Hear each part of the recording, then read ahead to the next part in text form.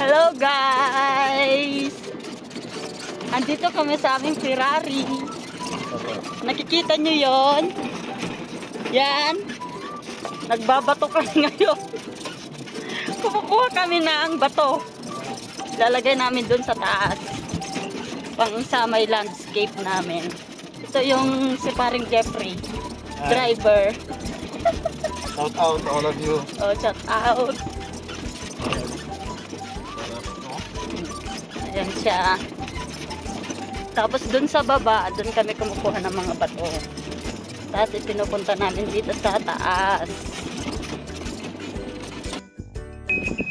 Ibubuhos na yung bato. Ayan o. Ganyan lang siya. Ibubuhos na yung bato. Ayan na, ibababa na yung bato na bit-bit-bit namin.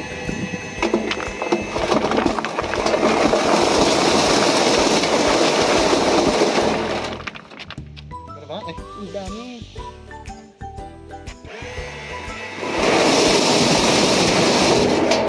Ayun. Babalik na kami ulit dun sa pinagkukuhanan namin ng mga bato. Ayan pala, yung nakikita nyo guys na dinadaanan namin, dyan pala yung sa may lavender farm ng aming amo.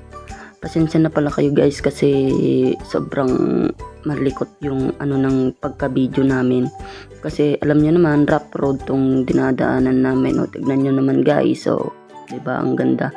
Pag summer po yan, maganda yan kasi mamumulaklak na siya. Kasi pag ngayon winter, hindi, na-harvestan na po yan. Kaya ganyan na siya. Wala na.